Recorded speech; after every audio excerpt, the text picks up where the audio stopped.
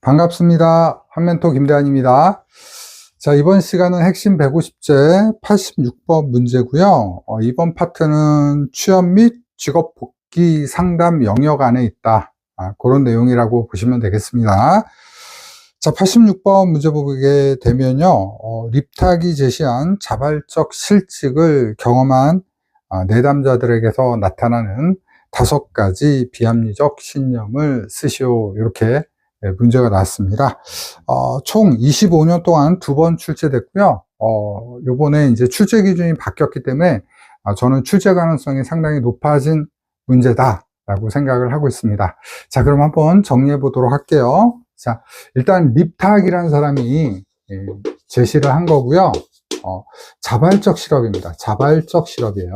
자발적 실업이고, 그 다음에 비합리적인 신념이에요. 비합리적인 신념을 가진 사람들이에요. 자, 일단은요, 자발적이든 비자발적이든요, 이 실업을 경험한 사람들이에요. 실업을 경험한 내담자들이고요. 이 경우에 이 내담자들이 비합리적인, 그러니까 일반적이거나 적응적인 신념이 아니라 비합리적인 신념을 어떤 걸 가지고 있을까? 자, 여러분들 자발적 실업을 경험했기 때문에 이 사람들은 어찌됐든 실패를 경험한 사람들이에요.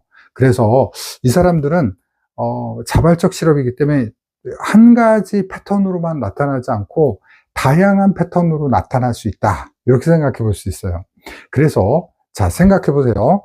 자, 나는 잘났어. 나는 괜찮은데 내가 직장을 잘 못 구한 거야. 이런 거예요. 그러니까 이 사람들은요, 뭐 직업 탐색이라든지 직업에 대한 어떤 지식이나 정보가 필요 없다.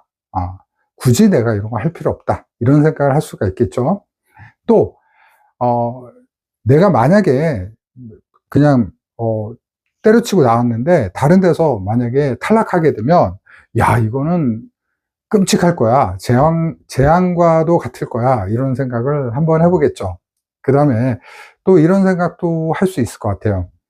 직업 상담사한테 내가 상담을 하게 되면 직업 상담사는 알아서 내 일을 찾아줄 거야. 자, 그 다음에 또 이런 게 있죠. 어찌됐든 자신이 회사를 나온 거는 실패고 안 좋은 경험이기 때문에 다시는 그런 실수를 하고 싶지 않을 거예요. 그래서 직업 탐색에만 온전히 전념해야겠다.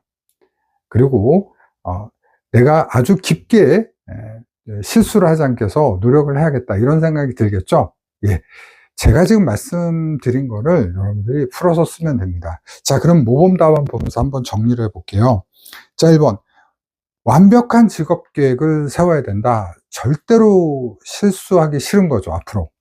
2번째, 직업 탐색 과정에만 온전히 전념해야 된다. 이것도 같은 케이스예요. 절대로 실패하기 싫은 케이스예요.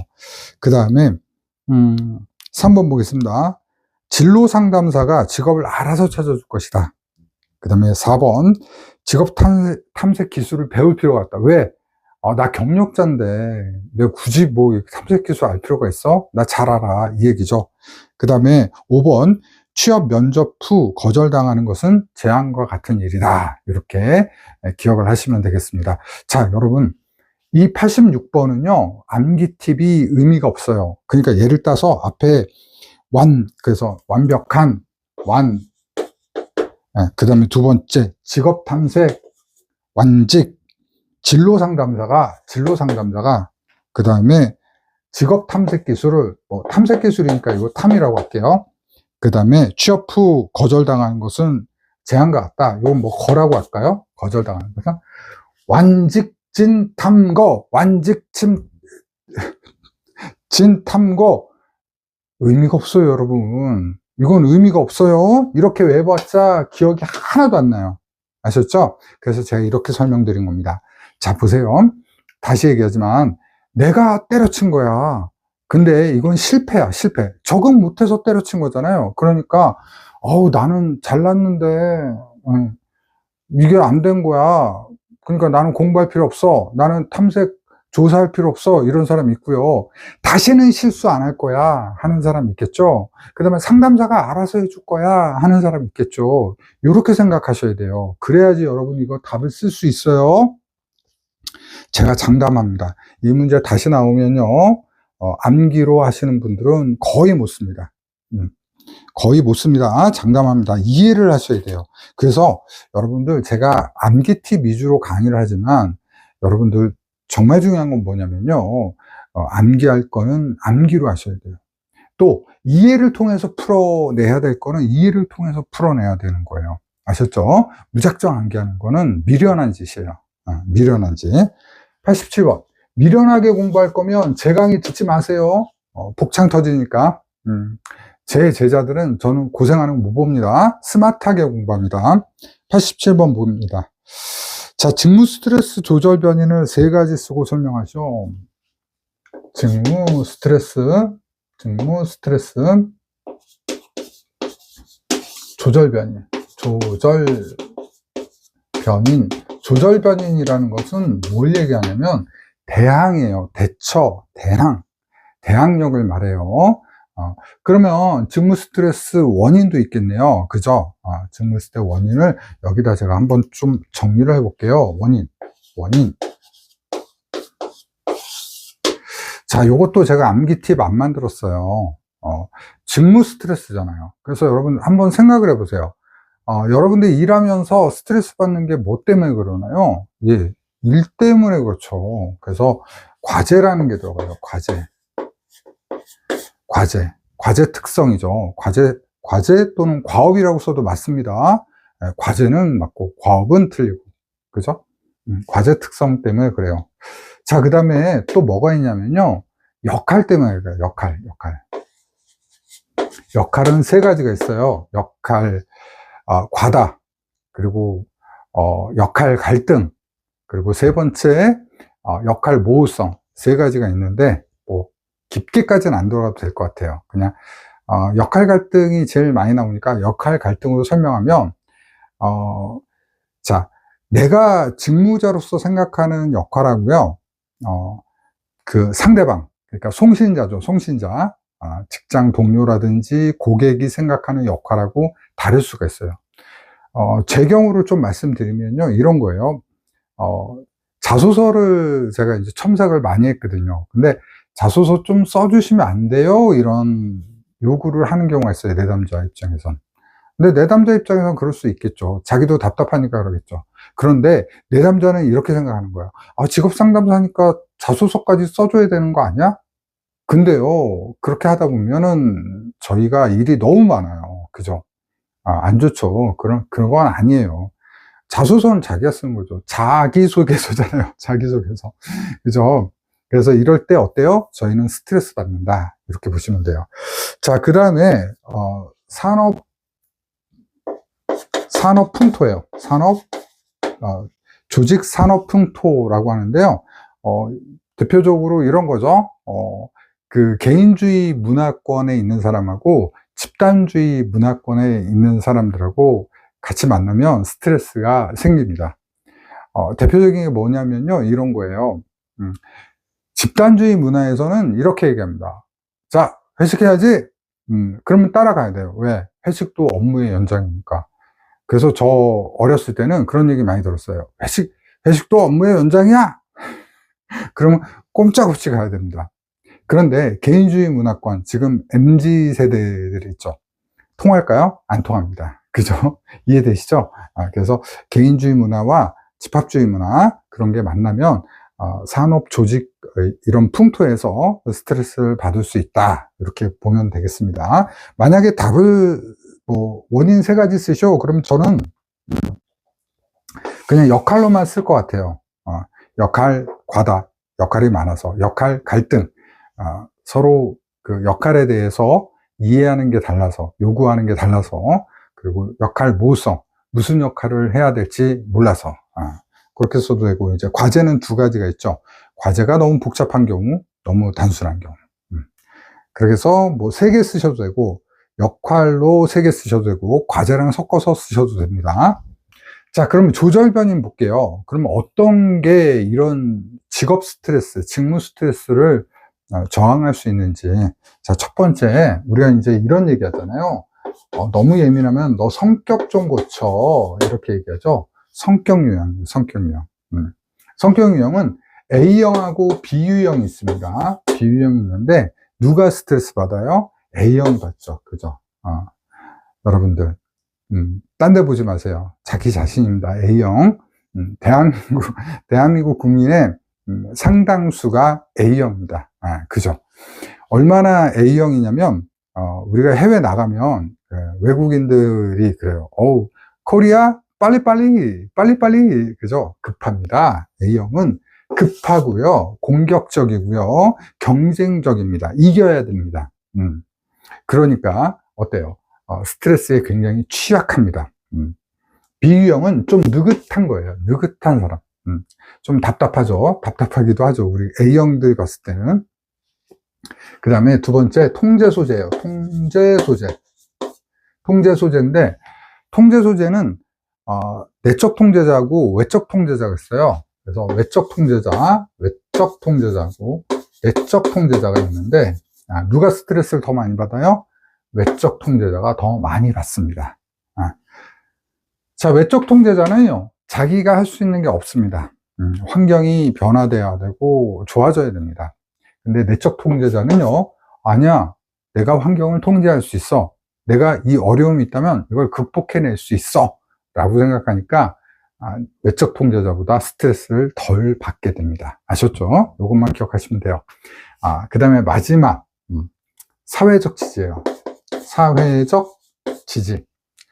사회적 지지, 사회적 지원은요, 우리 두 가지로 나눠볼 수 있어요. 자, 내부가요. 얘는 내부가 동료입니다. 동료.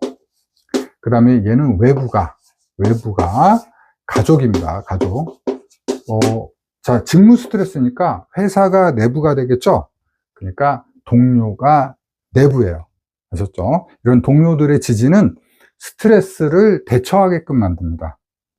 그 다음에 가족, 외부죠. 직장을 떠나서 집으로 가는 겁니다. 이게 외부예요.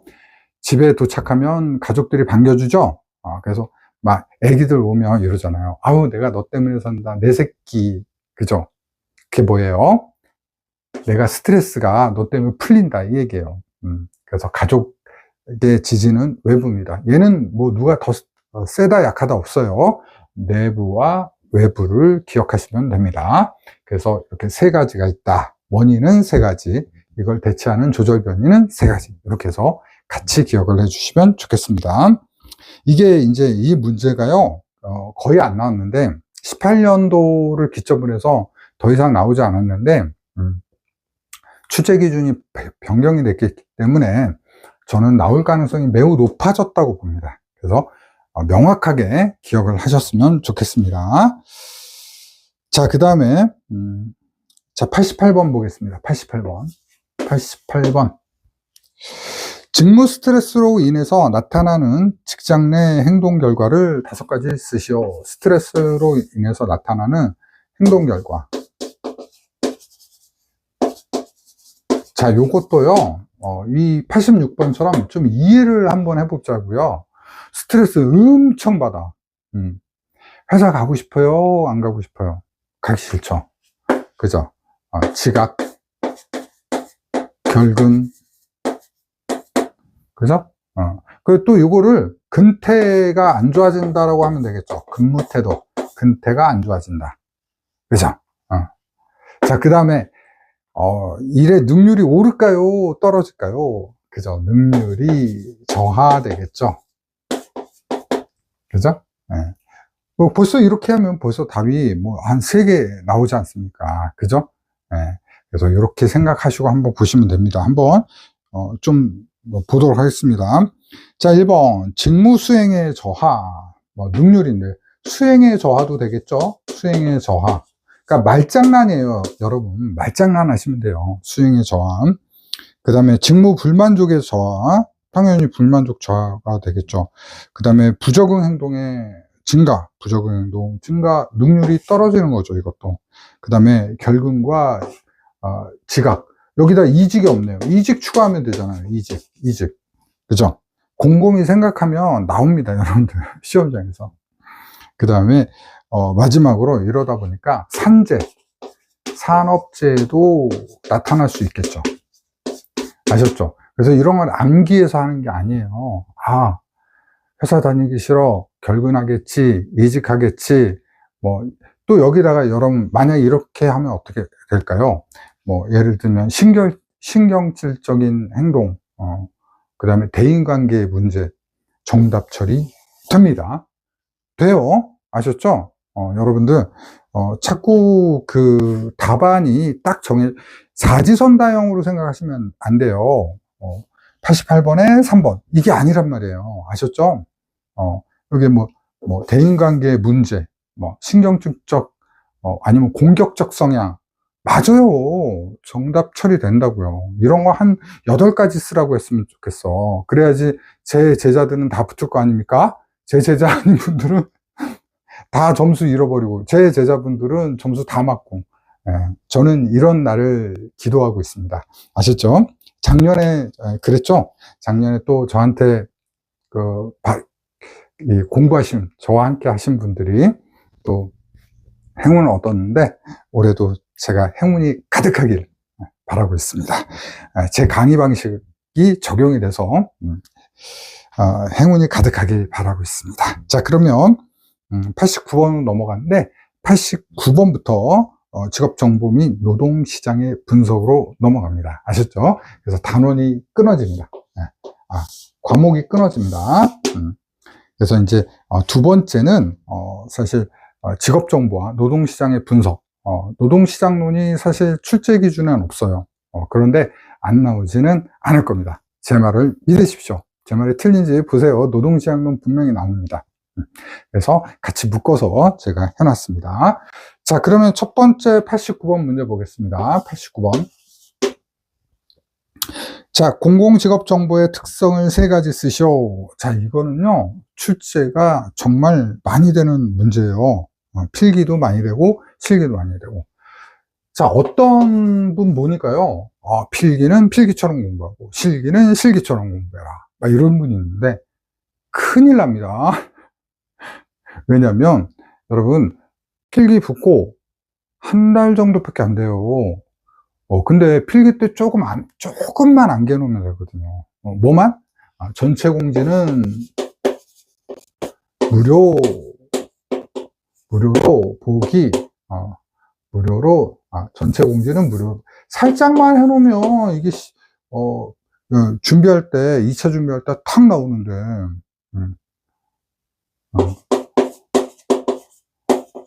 딱 나오잖아요. 딱 암기가 되잖아요. 공공직업정보. 그냥 이걸 안 해놓는 거예요. 필기 때 이거 그러니까 한 4-5번만 전체 공지는 무료로 보기, 전체 공지는 무료로 보기, 전체 공지는 무료로 보기. 그리고 싹 잊어버리면 되거든요. 근데 그걸 하지 말래. 자, 여러분, 프로이트 이론 배웠죠? 빙산입니다, 빙산. 공부는요, 빙산과 마찬가지예요. 자, 여기가 뭐예요? 무의식이죠? 무의식. 여기가 뭐예요? 의식이죠. 의식. 여러분들이 공부하면 항상 어디로 가요? 까먹죠? 까먹는 게 무의식으로 가는 거예요. 이해되시죠? 그런데 여기서 중요한 놈이 있어요. 전의식이라는 거예요. 전의식. 그러니까 요쯤에다가 살짝 걸쳐 두잖아요. 그러면 2차 실기할 때 다시 의식으로 꺼내기가 굉장히 쉬워집니다. 그죠? 그런데 무의식 속으로 싹 심해 속으로 가라앉으면 다 틀리는 거예요, 여러분. 할 게 너무 많거든. 그죠? 이 핵심 150제. 이 150제만 알아도, 내가 150개만 확실하게 알아도 합격 확률이 기하급수적으로 늘어나는데, 그죠?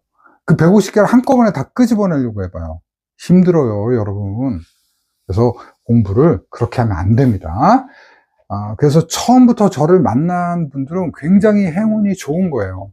운이 좋은 겁니다. 저의 전의식 작전, 전의식까지만 살짝 걸쳐놨다가 다시 2차 볼 때 의식으로 탁 넘겨버리는 그러한 기법을 쓰기 때문에 여러분들은 저를 믿고 하시면 됩니다.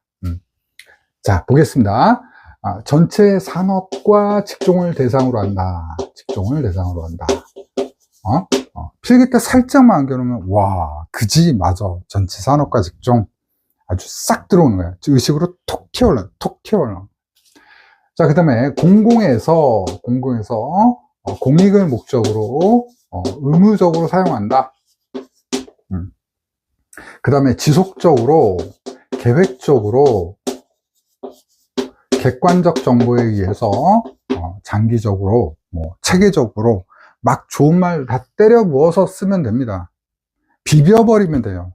비슷한 것끼리. 자, 그 다음에 무료로 제공된다. 그리고 보편적이고 기초적인 정보 체계로 구성되어 있다. 딱 이렇게 쓰면 되겠죠. 자, 요거하고 비교해서 민간 직업 정보도 있죠. 민간 직업 정보를 제가 연결해서 한번 정리를 해볼게요. 더 나아가기 보시면 됩니다. 더 나아가기. 자, 전체 산업 직종을 하는 게 아니라요, 직종을 제한적으로 특정 목적에 맞게 한다. 전체가 아니라 제한적으로 한다. 그 다음에 공익 그리고 의무적으로 사용한다. 이게 아니라 임의적 기준에 따라서 직업이 분류된다는 거예요. 그 다음에 지속적, 계획적, 객관적 정보 체계로 돼 있다. 아니다. 한시적인 정보, 그러니까 한시적으로 신속하게 제공돼진다라는 거예요. 그 보편적인 정보다? 아니다. 완결적인 정보다. 보편적이지 않고 완결적인 정보다. 그 다음에 무료다, 유료다. 아셨죠? 이렇게 반대로만 해주시면 되겠죠. 그죠? 자, 그 다음에 90번 문제 갑니다. 90번 문제. 특성요인 직업상담 이론에서 브레이필드가 제시한 직업정보의 기능 3가지를 쓰고 각각에 대해 설명하셔. 자, 브레이필드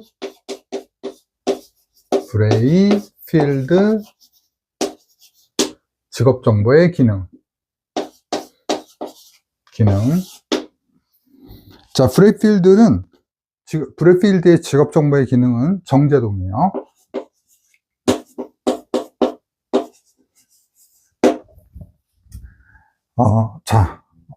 스토리텔링 먼저 하고 할까요? 이건?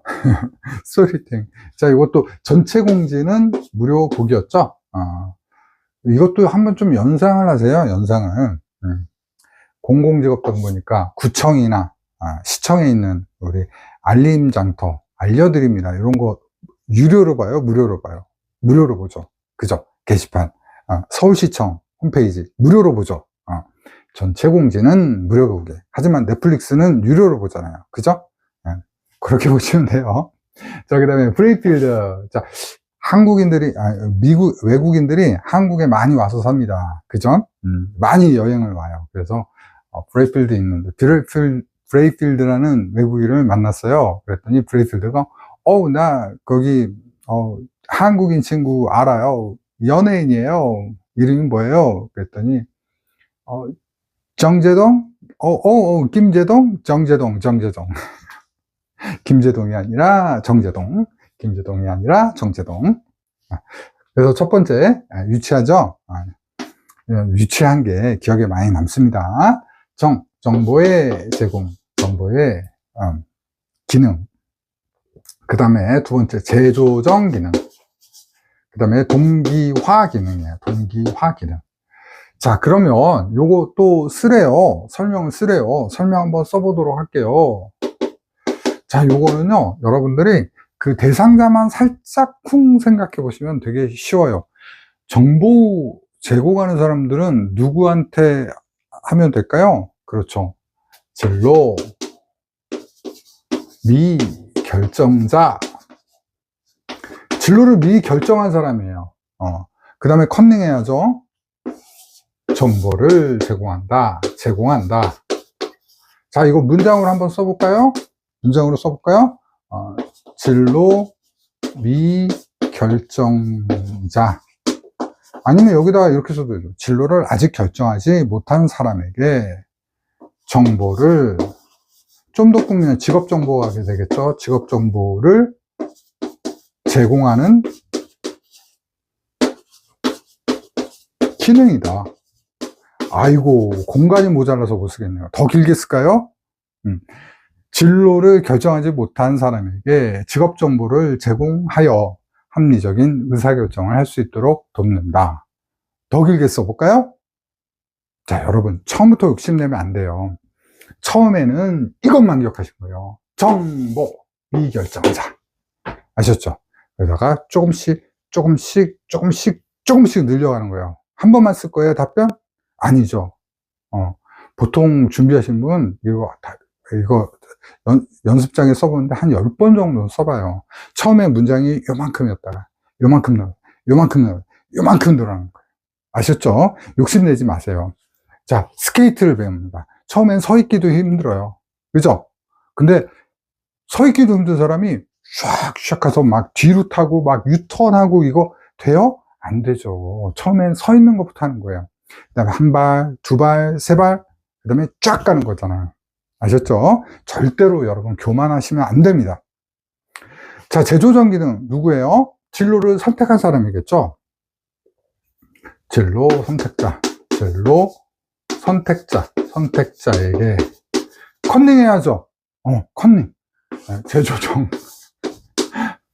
근데 이것도 좀 너무 그런 것 같아요. 그러면 검토, 요 정도는 바꿀 수 있잖아요. 재조정하는 게 검토하는 거잖아요.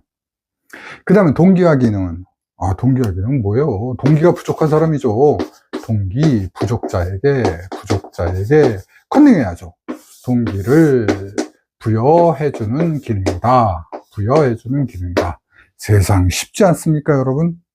정말 쉽지 않습니까? 네, 공부 쉽습니다.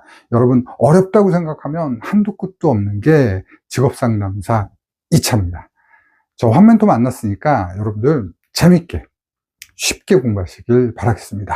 자, 항상 저 믿어주시고 제 강의 시청해주신 여러분들 너무 감사합니다. 함께 공부해서 전 너무 기쁩니다. 여러분, 다음 시간에도 같이 공부했으면 좋겠습니다. 감사합니다.